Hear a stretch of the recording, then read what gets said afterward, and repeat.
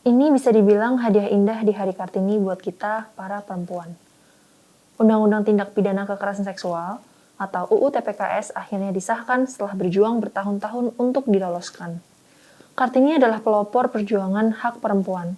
Kisahnya terus menginspirasi perjuangan kaum perempuan yang terlahir kemudian. Di bawah belenggu budaya patriarki, Kartini berjuang dengan memberikan pendidikan pada kaumnya. Dengan pemikiran yang cemerlang, ia terus memperjuangkan kesetaraan perempuan. Sebab budaya patriarki itu pula, perempuan menjadi pihak paling rentan sebagai korban kekerasan seksual. Dan dengan budaya patriarki, perempuan sering menjadi pihak yang dipersalahkan. Kasus kekerasan seksual adalah fenomena gunung es. Apa yang tampak di permukaan hanya sebagian kecil saja. Sebab, lebih banyak kasus yang berada di bawah permukaan dan tidak terungkap. Ada banyak faktor yang membuat kekerasan seksual sulit untuk diusut tuntas sampai ke ranah hukum. Misalnya karena korban mengalami trauma sehingga membutuhkan waktu lama untuk mengasut kasusnya. Korban harus dihilangkan rasa traumanya lebih dahulu sebelum membawa kasusnya ke ranah hukum. Atau korban memiliki keinginan untuk melupakan kejadian buruk tersebut dan tak ingin melanjutkan ke ranah hukum. Apalagi jika disertai rasa takut bahwa si korban akan mengalami sanksi sosial dan berimbas pada keluarganya. Karena selama ini masih marak budaya menyalahkan korban. Orang-orang yang menjadi korban kekerasan seksual dipersalahkan pakaiannya, atau karena dia berada di suatu tempat sendirian. Menurut data yang terungkap, pada tahun 2021 hingga Maret tahun 2022, terdapat lebih dari 8.000 kasus kekerasan terhadap perempuan. Bahkan ada 11.000 kasus kekerasan terhadap anak. Dari jumlah itu, 58%-nya adalah korban kekerasan seksual. Ini sungguh mengerikan sekali. Itu belum menghitung kasus yang tidak terungkap. Padahal, kasus yang tidak terungkap jumlahnya jauh lebih besar.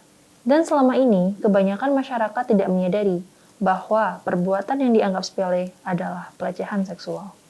Karena pelecehan seksual itu wujudnya macam-macam, misalnya diraba, disentuh, didekati secara agresif, diintip, membuat gestur vulgar, dan lainnya, termasuk bersiul dengan maksud menggoda. Disahkannya Undang-Undang TPKS akan menjadi awal baru yang diharapkan mampu mengubah semua itu.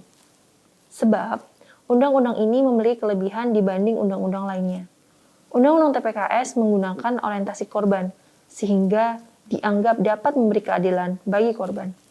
Ada 3 hak yang dimiliki oleh korban dalam Undang-Undang TPKS, yakni penanganan, perlindungan, dan pemulihan. Jika sebelumnya negara hanya bertanggung jawab sampai vonis dijatuhkan, kini negara juga harus bertanggung jawab dalam proses pemulihan korban. Bandingkan dengan Undang-Undang KDRT misalnya, syaratnya korban harus tinggal satu rumah. Sedangkan dalam Undang-Undang Perlindungan Anak, korban harus berusia di bawah 18 tahun. Sekarang dengan adanya Undang-Undang TPKS, kasus yang tidak memenuhi syarat dalam undang-undang lain kini bisa diakomodir. Undang-Undang TPKS bukanlah akhir bagi perjuangan penegakan hukum, melainkan harus dilanjutkan dan diawasi. Masih butuh banyak tahap pembuatan peraturan turunan, dengan konteks tindak pidana kekerasan seksual. Aparat juga perlu mendapatkan pemahaman yang menyeluruh terkait kasus kekerasan seksual. Jangan sampai korban yang melapor malah disalahkan atau kasusnya tidak dilanjuti karena dianggap biasa saja. Budaya menyalahkan korban memang marak kita temui. Istilahnya, victimizing the victim. Korban justru dicari-cari kesalahannya dan dipersalahkan atas kejadian itu. Hal itu terjadi karena masyarakat hidup dalam belenggu budaya patriarki. Budaya yang dikuasai oleh sudut pandang laki-laki. Mereka sering bersikap permisif terhadap perilaku kekerasan seksual, terutama sesuatu yang lumrah dan biasa, seperti perbuatan menggoda perempuan. Undang-Undang TPKS adalah sebuah awal yang baru untuk melindungi korban kekerasan seksual, terutama perempuan. Semoga masyarakat semakin paham batasan pelecehan seksual dan tidak melakukannya.